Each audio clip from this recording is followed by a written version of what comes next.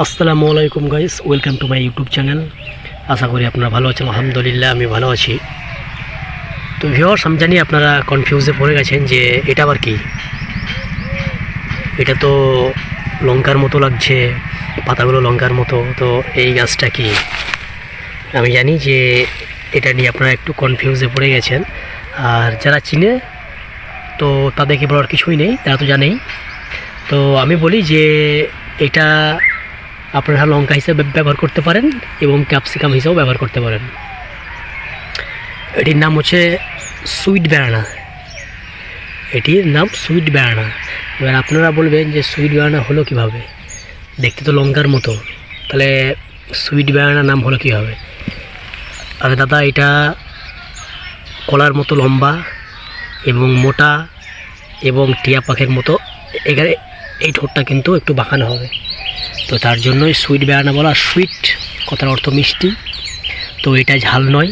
এটি sweet banana, ক্যাপসিকামও বলতে পারেন, লঙ্কাও বলতে পারেন, কিন্তু এটির নাম সুইট ব্যানানা। এটি অনেকটা মোটা হয়, অনেকটা বড় হয়। তো এইখানে আমার যে পরিমাণে ধরে আছে, এটা কিন্তু আরও প্রচুর পরিমাণে কিন্তু ধরে থাকে। দেখতে পাচ্ছেন যে একটা ছোট টবে 10x8 টবে এবং সামান্য একটি ছোট গাছে কী পরিমাণ ধরেছে।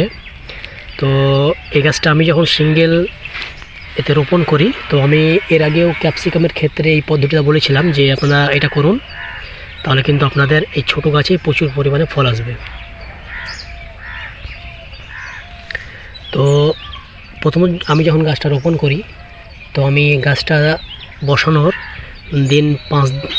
দিন 5 বা 7 দিন পর আমি এর মিডিল যে আগাটা, এটা কিন্তু আমি কেটে দিয়েছিলাম। কেটে দেওয়ার পর কিন্তু এই আপনারা দেখছেন চারিপাশে ব্রাঞ্চ হয়েছে। সেই ব্রাঞ্চেই কিন্তু এই শাখা পোশাখা যেগুলো হয়েছে, সমস্ত শাখা পোশাখায় কিন্তু ফুল এসেছিল। তো এখন আপাতত যে কটা দাঁড়িয়েছে এই কটাই দেখছেন আপনারা। না হলে যে আমি যদি এর মাথাটা কাটিং না করতাম, তাহলে কিন্তু এই এত ছোট গাছে এতগুলো ফল কিন্তু আসতো না। আর মাটির দিক থেকে বলি, যাদের এঁটেল মাটি তারা এঁটেল মাটি দিয়ে হালকা তুষ, আমি তো বলি গোবর সার দিয়ে লাগিয়ে দেওয়া। যাদের বেলে মাটি তারা তুষ দিলে ভালো হয়। আর রাসায়নিক সার দেওয়ার দরকার নেই, কম্পোস্ট যেগুলো আছে জৈব সার, সেগুলো ইউজ করলে বেটার হয়। আর মাঝে মধ্যে ফাঙ্গাসাইড, কীটনাশক একটু হালকা করে মারলেই কিন্তু এই পরিমাণে ফল পেতে পারেন আপনারা। আর আরেকটা কথা বলি যে আমার এই টবটা ছোট বলে গাছটাও ঝাড়ও মোটামুটি। যখন আপনারা একটু বড়োতে লাগাবেন, তখন গাছটা ঝাড় কিন্তু আরও হবে। তা দেখুন কি পরিমাণ ফল এসছে।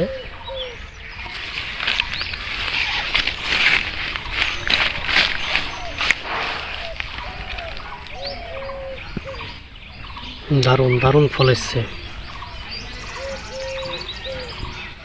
তো আপনারা, আমি যে পদ্ধতিতে চারা গাছ রোপণ করতে বলছি, আপনারা যেগুলি উইন্টার সিজনের বা লঙ্কা, বেগুন, যে সমস্ত চারা, এগুলো তো অল টাইম হয়, এগুলো আপনারা লাগিয়ে দিয়ে প্রত্যেকটি গাছের দিন 5 পর তার ডগাটা ছেড়ে দেবেন। দেখবেন অনেক ব্রাঞ্চ বার হবে এবং কিন্তু প্রচুর পরিমাণে ফল দেবে। এই পদ্ধতিতে আপনারা প্রয়োগ করুন, অসাধারণ ফল পেয়ে যাবেন, আপনারা অসাধারণ ফল হয়ে যাবেন।